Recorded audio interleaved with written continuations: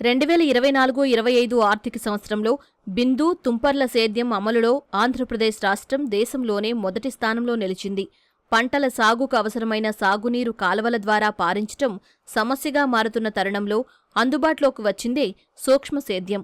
ఆంధ్రప్రదేశ్లో రాయలసీమ, ప్రకాశం జిల్లాల్లో సూక్ష్మ సేద్యం అధిక విస్తీర్ణంలో అమలవుతోంది. దేశంలో బిందు, తుంపర్ల సేద్యం సుమారు 15 లక్షల హెక్టార్లలో అమలవుతుండగా ఒక్క ఆంధ్రప్రదేశ్లో 1,17,880 హెక్టార్లకు చేరుకుంది. సాగునీటి ఇబ్బందులకు పరిష్కార మార్గంగా చిన్న, సన్నకారు రైతులకు బిందు, తుంపర్ల సేద్య పరికరాలను రాయితీపై అందజేస్తున్నట్లు ఉద్యాన శాఖ అధికారులు చెబుతున్నారు. ఈ రాష్ట్రంలో మైక్రో ఇరిగేషన్ ద్వారా మనం డ్రిప్ అండ్ స్ప్రింక్లర్ ఇరిగేషన్ సంబంధించి మనం ప్రొవైడ్ చేస్తున్నాం రైతులకి. ఇప్పుడు యాజ్ ఆఫ్ నో వరకు మనకు 15 లక్షల హెక్టార్లో మైక్రో ఇరిగేషన్ కవర్ అయ్యింది. ఇందులో 10 లక్షల హెక్టార్ వరకు హార్టికల్చర్ క్రాప్స్కి, ఒక 5 లక్షల హెక్టేర్స్ వరకు అగ్రికల్చర్ క్రాప్ కవర్ అయ్యింది. ప్రిడామినెంట్గా హార్టికల్చర్ అంతా కూడా డ్రిప్ ద్వారాను, కొన్ని అగ్రికల్చర్ క్రాప్స్ స్ప్రింక్లర్ ద్వారా మనం సప్లై చేస్తూ ఉన్నాం. ఈ సంవత్సరం మన ఎంటైర్ కంట్రీలో మన ఆంధ్రప్రదేశ్ స్టేటు మైక్రో ఇరిగేషన్ రైతులకు ప్రొవైడ్ చేయడంలో నెంబర్ 1గా 1,17,000 హెక్టేర్స్లో మనం కల్పించి నెంబర్ 1గా ఉన్నాము. నూతన ప్రభుత్వంలో ఆ సబ్సిడీ కూడా పెంచి ఎస్సీ ఎస్టీలకి 100% ఫ్రీగా డ్రిప్, స్ప్రింక్లర్ ఇరిగేషన్ ఇస్తున్నాము. అదేవిధంగా రాయలసీమ ప్రాంతంలో 5 ఎకరాల నుంచి 10 ఎకరాల వరకు ఉన్నా కూడా ఇంతకుముందు 70% ఉండేది, ఇప్పుడు 90% సబ్సిడీ ఇచ్చి ఆల్మోస్ట్ ఆల్ సబ్సిడీ పెంచినందు వలన 80-90% రైతులు మనకు ఈ యొక్క 90% సబ్సిడీ కవరేజ్లోకి వచ్చినందు వలన వారు చాలా లబ్ధి పొందుతున్నారు.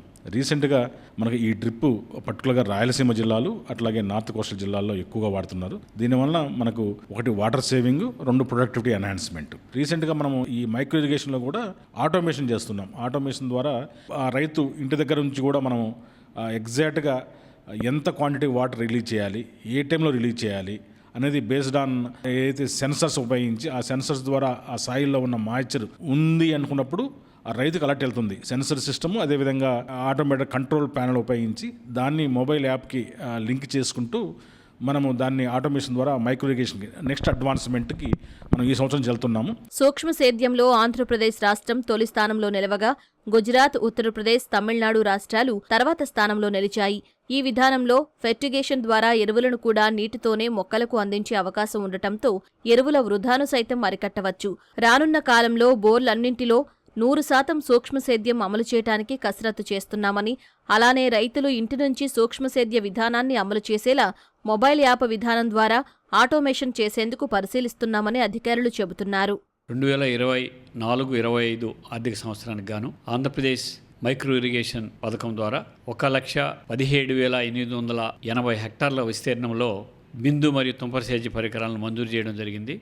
ఇది భారతదేశంలోనే అత్యధికంగా మంజూరు చేసిన రాష్ట్రంగా మనం నిలవడం జరిగింది.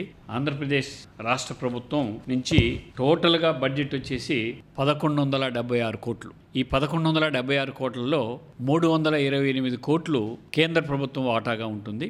అలాగే 598 కోట్లు రాష్ట్ర ప్రభుత్వం నుంచి రాయితీ అందించడం జరుగుతుంది.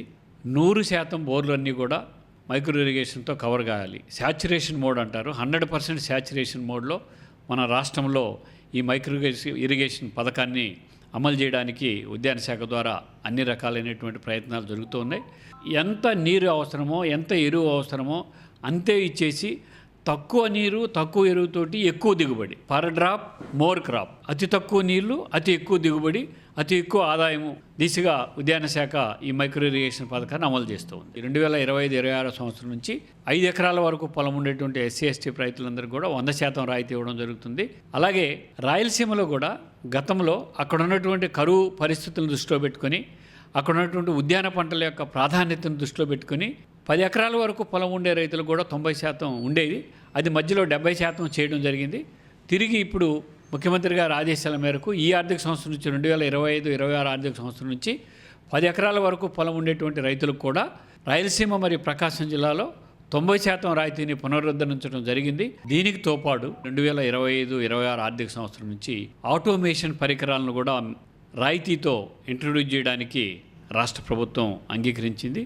ప్రతికూల పరిస్థితుల్లో పంటల సాగు సాఫీగా జరగడానికి, నీటి వనరులను సమర్థంగా వినియోగించడానికి సూక్ష్మ సేద్య విధానం చక్కటి పరిష్కారమంటూ అధికారులు తెలియజేశారు.